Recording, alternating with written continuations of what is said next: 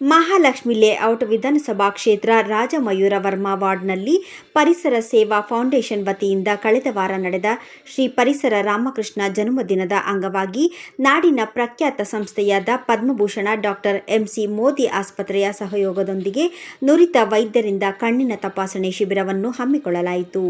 28ಕ್ಕೂ ಹೆಚ್ಚು ಜನರಿಗೆ ಕಣ್ಣಿನ ಶಸ್ತ್ರಚಿಕಿತ್ಸೆಗೆ ವೈದ್ಯರು ಸಲಹೆ ನೀಡಿದರು.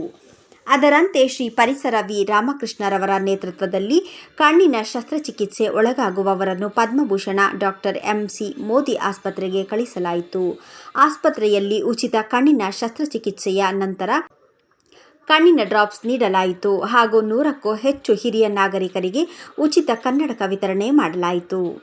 ಇದೇ ಶುಭ ಸಂದರ್ಭದಲ್ಲಿ ಆಡಳಿತ ಪಕ್ಷದ ಮಾಜಿ ನಾಯಕರಾದ ಶ್ರೀ ಎಂ ಶಿವರಾಜುರವರು ಹಾಗೂ ರಂಗಭೂಮಿ ಕಲಾವಿದರು ಶ್ರೀ ತಿಮ್ಮರಾಯಪ್ಪನವರು ಹಾಗೂ ರಾಜಮಯೂರ ವಾರ್ಡಿನ ಆಕಾಂಕ್ಷಿಯಾದ ಶ್ರೀಮತಿ ಎಚ್.ಸಿ. ಶ್ರೀಮತಿ ಸಾವಿತ್ರಿ ರಾಮಕೃಷ್ಣರವರು, ಪರಿಸರ ಸೇವಾ ಫೌಂಡೇಶನ್ ಪದಾಧಿಕಾರಿಗಳು ಆದ P. Mutturaju, K S. Aravind, R. Ravikumar, B. Manjunath, K. Raju, P F. Jagadish, Devika, Bhavya, R. Dilip ಹಾಗೂ ಪದಾಧಿಕಾರಿಗಳು, ಸ್ಥಳೀಯ ಮುಖಂಡರು ಭಾಗವಹಿಸಿದರು. ಪರಿಸರ ರಾಮಕೃಷ್ಣ ಅವರು ಮೊನ್ನೆ ಅವರ ಹುಟ್ಟುಹಬ್ಬದ ಪ್ರಯುಕ್ತ ಇಲ್ಲಿನ ಸಾರ್ವಜನಿಕರಿಗೆ ಒಂದು ಉಚಿತ ಕಣ್ಣಿನ ತಪಾಸಣೆ ಶಿಬಿರವನ್ನು ಡಾಕ್ಟರ್ ಎಂಸಿ ಮೋದಿಯವರ ಆಸ್ಪತ್ರೆ ವತಿಯಿಂದ ಇಲ್ಲಿ ಏರ್ಪಾಡು ಮಾಡಿದರು.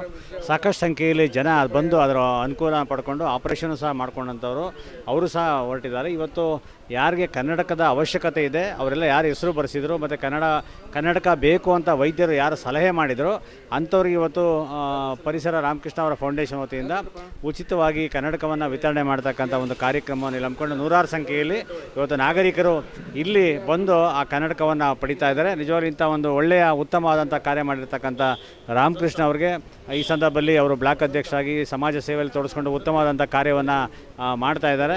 ಅವರಿಗೆ ನಾನು ಈ ಸಂದರ್ಭದಲ್ಲಿ ಅಭಿನಂದನೆ ಸಲ್ಲಿಸ್ತೇನೆ. ಇಂಥ ಉತ್ತಮವಾದ ಕಾರ್ಯಗಳು ಇನ್ನು ಮುಂದಿನ ದಿನಗಳು ಹೆಚ್ಚು ಹೆಚ್ಚು ಮಾಡ್ತಾ ಇರಲಿ.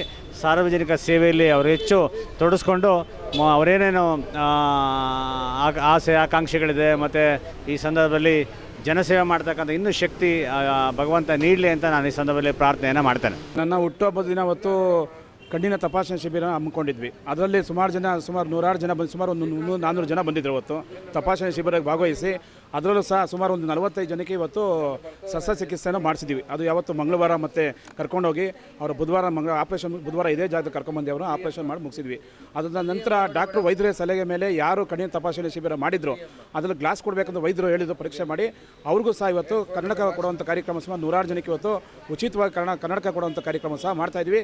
ಈ ಒಂದು ಕನ್ನಡಕ ವಿತರಣೆ ಕಾರ್ಯಕ್ರಮಕ್ಕೆ ನಮ್ಮ ಮಾಜಿ ಆಡಳಿತ ಪಕ್ಷ ನಾಯಕರಾದ ಎಂ ಶಿವರಾಜ್ ಸಹ ಆಗಮಿಸಿ ಸುಮಾರು ಜನಕ್ಕೆ ಬಂದಂಥ ಸಾರ್ವಜನಿಕ ಕನ್ನಡಕ ವಿತರಣೆ ಮಾಡಿ ಹಾಗೆ ತಿಮ್ಮರಾಯಪ್ಪ ಅವರು, ನಮ್ಮ ಸ್ಥಳೀಯ ಹಿರಿಯ ಮುಖಂಡರು ತಿಮ್ಮರಾಯಪ್ಪ ಅವರು ಹಾಗೂ ನಮ್ಮ ಅರವಿಂದ್ ಅವರು ಹಾಗೂ ನಮ್ಮ ಜಗದೀಶ್ ಅವರು ಮತ್ತು ನಮ್ಮ ರವಿಕುಮಾರ್ ಅವರು ಮತ್ತು ನಮ್ಮ ಅರವಿಂದ್ ಅಯ್ಯಂಗ್ ಅವರು, ಪಿ.ಎಫ್. ಜಗದೀಶ್ ಅವರು, ಸುಮಾರು ನನ್ನ ಸ್ನೇಹಿತರು ಸಹ ಎಲ್ಲರೂ ಸೇರಿ ಇವತ್ತು ಬೆಳಗ್ಗೆ ಒಂದು 9-10 ಗಂಟೆಯಿಂದ ಸುಮಾರು ಬಂದಂಥ ಜನಕ್ಕೆ ಪ್ರತಿಯೊಬ್ಬರು ಸಹ ಕನ್ನಡಕ ಕೊಡ್ತೀವಿ ಅಂತ ಹೇಳಿದ್ವಿ.